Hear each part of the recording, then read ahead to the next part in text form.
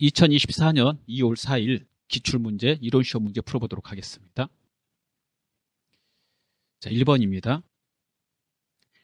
다음 중 손익계산서에 대한 설명으로 옳지 않은 것은 1번 재무제표의 종류에 속한다.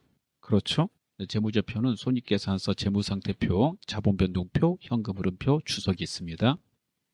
2번 재산법을 이용하여 단기 순손익을 산출한다.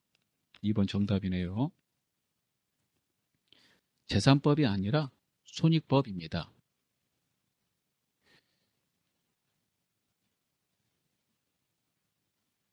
손익계산서의 단기 순손익은 총수익에서 총비용을 빼서 계산하죠. 이를 손익법이라고 그래요.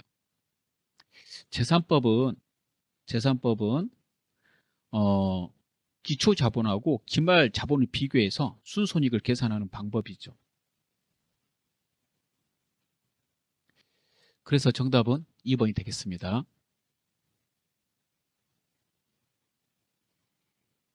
3번 일정 기간의 경영성과를 나타내는 보고서 맞고요. 4번 손익계산서 등식은 총비용 이코르 총수익 플러스 단기순손실, 총비용 플러스 단기순이익은 총수익이다. 그렇습니다. 이렇게 하면 양쪽이 맞게 되겠죠. 2번입니다. 다음의 자료를 통해 알 수 있는 외상매입금 단기 지급액은 얼마인가? 기초 외상매입금 6만원, 단기 외상매입금 30만원, 그 다음에 외상매입금 중 매입한출 3만원, 기말 외상매입금 12만원. 자, 이거 이렇게 써보면 되겠죠. 우리가 갚지 않아서 이월돼서 넘어온 기초 외상매입금, 여기서부터 우리가 외상매입금 계산을 시작하죠. 그 중에 단기 외상매입금이 있으면 더해주죠. 이렇게 더해요. 기초에다가 단기도 외상으로 사온 거 더하면 이게 전체 토탈 갚아야 될 외상매입금이 됩니다. 자, 이 중에서 매입 중에서 문제가 발생됐다면 매입 환출, 매입 할인, 매입 외누리 하게 되는데, 문제가 발생된 환출하고 외누리, 그 다음에 할인받은 매입 할인은 빼는 거예요. 그래서 이게 빼는 거고, 그 다음에 단기 지급액도 빼야 되겠죠. 지금 단기 지급액 이거 구하라고 그랬죠. 예. 이거 빼면 우리가 갚지 못한 기말 외상 매입금이 됩니다. 이 공식을 하나 외워놓으시면 되겠습니다. 이게 당연한 말이지만 항상 외상매입금 계산할 때 이렇게 계산하잖아요. 2월돼서 넘어온 외상매입금에다가 단기 외상매입금 더하고, 그 다음에 외상으로 산 것 중에 물건의 하자로 반품, 애누리한, 매입한출, 매입 애누리 빼고, 그 다음에 약정 기간 이내에 빨리 지급해서 할인받은 매입 할인 빼주고, 그 다음에 지급액 빼면 우리가 갚지 못한 기말 외상매입금 이렇게 나와요. 그럼 지금 이것만 구하라고 했으니까, 이걸 구하라고 했으니까 지금 이거 여기다 숫자 하나씩 대입하면 되죠. 이렇게 대입하고, 이렇게 대입하고, 이렇게 대입하고, 이렇게 대입하면 단기 지급액은 21만 원이 되겠습니다. 계산해 보시면 되겠습니다. 3번 다음 중 영업이익에 영향을 미치지 않는 것은? 영업이익에 영향을 미치는 거는 매출액, 그 다음에 매출액에서 매출원가 빼는 거니까 매출원가, 그 다음에 판매비와 관리비입니다. 여기까지 빼면 우리가 영업이익이라고 그러죠. 그럼 영업이익에 영향을 미치는 거는 이렇게 세 개예요. 매출액, 매출원가, 판매비와 관리비. 그럼 정답은 1번이 되겠습니다. 얘는 영업외 활동을 하면서 쓴 비용이니까 영업의 비용이거든요. 이자 비용은, 영업의 비용은 영업이익 구하고 나서 그 뒤에 플러스 마이너스 할 때 쓰는 그 비용들입니다. 영업이익 구한 다음에 여기다 영업의 수익 더하고 영업의 비용 빼고 그러잖아요. 그래서 영업이익 계산하는데 관계가 없어요. 정답은 그래서 1번이 되겠고요. 나머지 보기 여기 있는 거죠. 3번하고 4번은 판관비입니다. 이렇게 매출원가는 여기 있고요. 4번 보도록 하겠습니다. 다음 중 결산 수정 분계의 대상 항목 또는 유형으로 적합하지 않는 것은? 결산 수정 분계 할 때 우리가 회계 처리한 내용을 잘 생각해 보시면 돼요. 수익과 비용의 발생, 즉 예상, 이연, 회계 처리 있죠. 현금 과부적 정리하는 거 있고, 그 다음에 인출금, 자본금으로 대체하는 거 있고, 대손 충당금 설정하는 거 있고, 감가상각비, 회계 처리하는 거 있고. 자, 그러면 해당 사항 없는 거는 1번이 되겠습니다. 유형자산의 처분은 결산 수정 분계 항목이 아니에요. 유형자산을 처분할 때 그때 회계 처리하는 항목이지. 그래서 정답은 1번이 되겠습니다. 다음 문제 보도록 하겠습니다. 5번입니다. 다음 중 유형자산이 아닌 것은 보기 1번 공장용 토지, 보기 2번 영업부수용 차량, 보기 3번 상품 보관용 창고, 보기 4번 본사 건물의 임차보증금. 정답은 4번이죠. 임차보증금은 기타 비유동 자산입니다. 이렇게 알아두시면 되겠어요. 6번 다음 중 유동성이 가장 높은 자산을 고르시오. 정답은 2번이 되겠습니다. 제일 높은 거 당좌자산, 그 다음에 재고자산, 외워보면 돼요. 투자자산, 유형자산, 무형자산, 그 다음에 기타 비유동자산이죠. 이 두 개는 이제 당좌자산, 유동자산이고요. 유동자산. 이 밑에 투자부터 기타 비유동자산은 비유동자산입니다.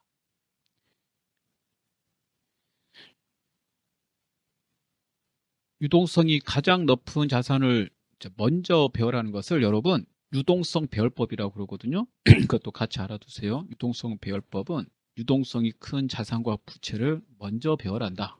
즉 위에 배열한다 이렇게 말합니다. 7번 다음 자료를 이용하여 단기매매증권 처분손익을 계산하면 얼마인가? 단기매매증권 처분손익은 장부금액하고 처분금액을 보고요. 장부금액보다 처분금액이 더 크면 단기매매증권 처분이익이 발생되고, 장부금액보다 처분금액이 더 작으면 단기매매증권 처분손실이 발생됩니다. 처분 중에 수수료 등이 발생되면 수수료는 줬으니까 처분손익에서 차감하라고 돼 있죠. 자, 내용을 보겠습니다. 200만 원에 처분했어요. 매도 금액은 처분한 금액을 말합니다. 160만 원짜리였는데 장부금액. 그러면 처분하면 40만 원이죠. 이제 처분 이익이 발생되는데 수수료 10만 원 나왔다면 수수료는 이제 이익에서 빼요. 수수료까지 줬으니까 이거 이제 뺍니다. 그러면 그 금액이 단기매매증권 처분 이익이 돼요. 그래서 40에서 10만 원 빼면 30만 원이 되겠죠. 정답은 3번이고 이 계정이 단기매매증권 처분이익이 됩니다. 8번 보도록 하겠습니다. 다음 중 재고자산에 해당하지 않는 것은? 재고자산, 원재료 재고자산입니다. 그 다음에 판매 목적으로 보유 중인 부동산 매매업자의 건물, 판매 목적이라는 게 중요한 거죠. 그러면 얘가 이제 상품이잖아요. 그러니까 재고자산이죠. 판매 목적이 아니라 회사의 영업활동하기 위해서 건물이 필요해요. 그럴 때 그 건물은 유형자산이죠. 앞에 어디에 쓰는지 그 내용을 읽어보고 판단하는 겁니다. 상품 재고자산이죠. 그럼 정답은 4번이네요. 상품 매입 계약을 체결하고 지급한 선급금은 당좌자산입니다. 당좌자산. 9번을 보도록 하겠습니다. 다음 중 대손충당금 설정 대상에 해당하는 계정 과목으로 옳은 것은? 대손충당금 설정 대상에 해당하는 계정 과목은 채권입니다. 채권은 받을 권리, 받을 돈인데 받아야 될 권리를 받을 수 없을 거라고 추정해서 만드는 돈이 대손충당금이거든요. 그래서 채권으로 옳은 것은 이런 문제예요. 그 채권 찾아봐라 그랬으니까 1번이죠. 받으러. 매출 채권이잖아요. 2번 지급어음, 부채. 3번 미지급금도 부채, 4번 선수금도 부채니까 정답은 1번이 되겠습니다. 10번을 보도록 하겠습니다. 다음 손익계정의 자료를 이용하여 매출 총이익을 계산한 것으로 옳은 것은.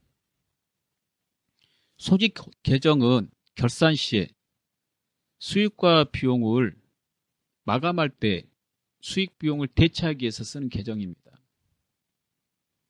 수익과 비용은 결산 시에 손익 계정으로 대체해서 소멸시키는데요.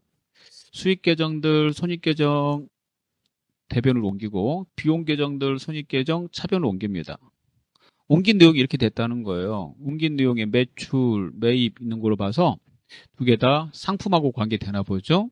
이거는 이제 매출액 쓴 거고요. 이렇게 매출액 쓰면 매출액 쓴 거고, 이렇게 얘는 물건 사온 거니까 물건 사온 매입 원가 즉 이코로 이거 이제 손익 계정이니까 사온 거 그대로 팔려 나갔다는 매출 원가로 말하겠죠.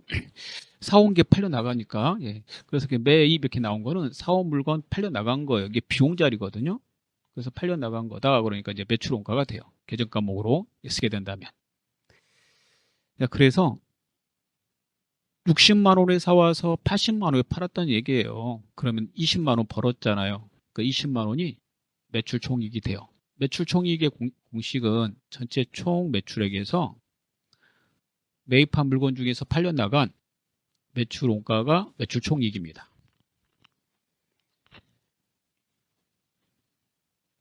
자, 그 다음 문제 보도록 하겠습니다. 자, 11번입니다. 다음 중 일반 기업 회계 기준상 재무제표에 해당하는 것으로만 구성된 것은. 재무제표는요, 재무상태표, 손익계산서, 현금흐름표, 자본변동표, 주석을 말합니다. 따라서 정답은 1번이 되죠. 재무상태표, 손익계산서. 여기에다가 3개 더 외우세요. 재무상태표, 손익계산서 3개를 계속 써봐요. 그래서 총 5개 외우시면 돼요. 현금흐름표,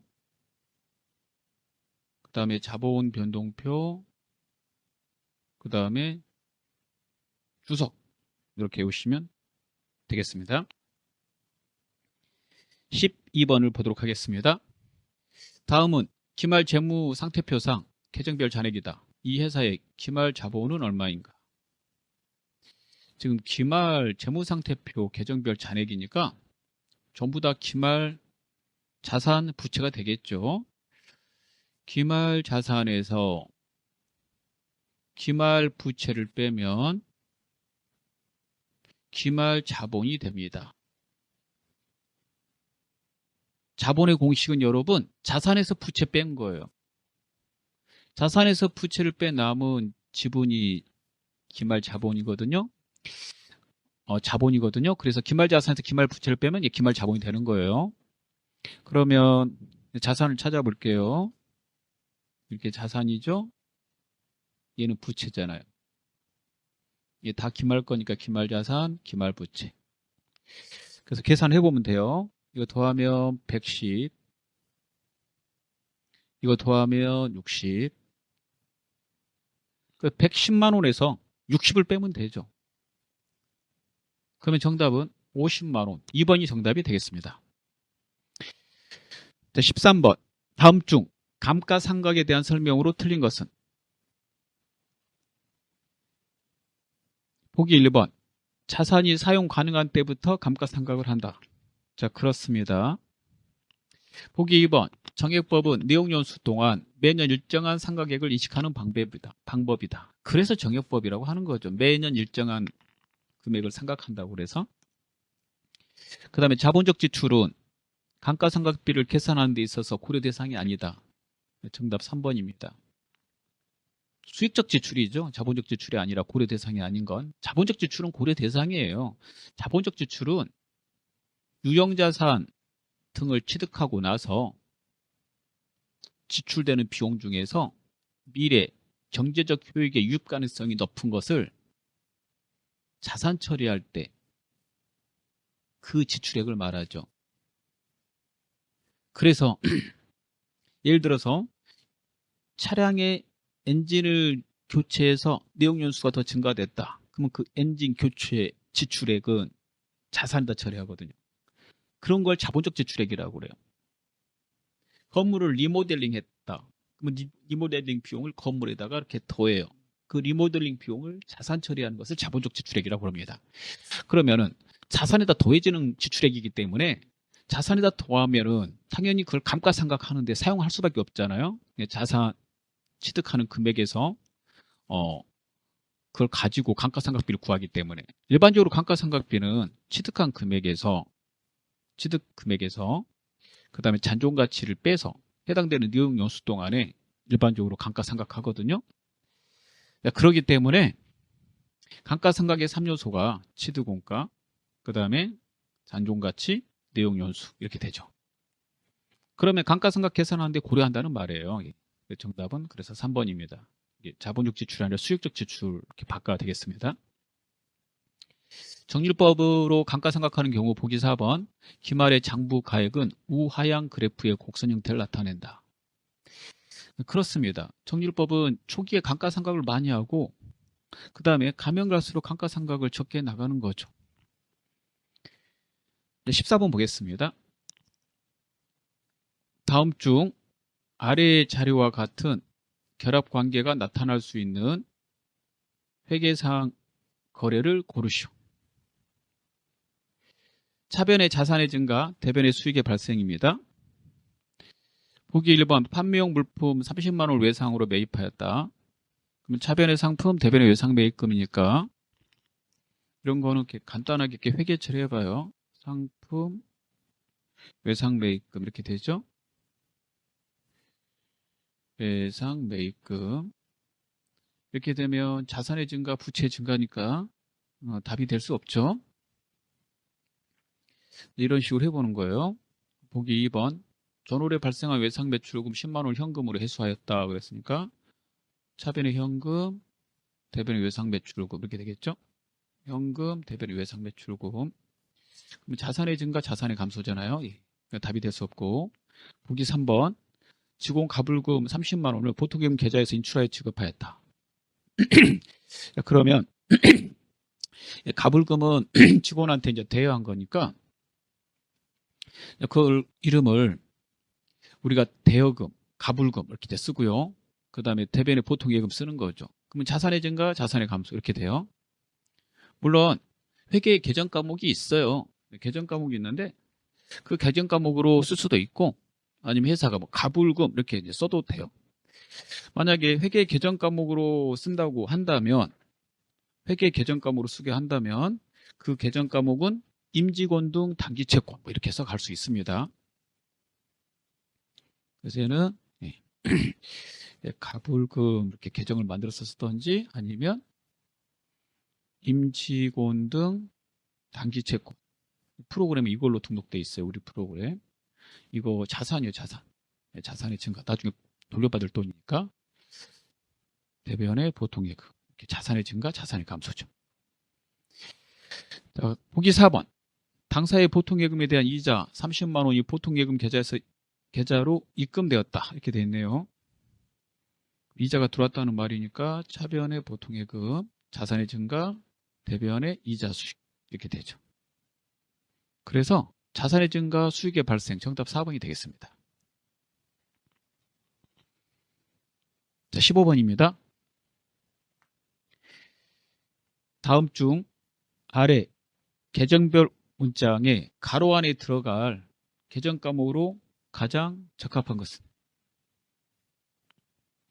내용을 보실 때 전기요를 먼저 잘 보세요. 전기요는 2월돼서 넘어온 건데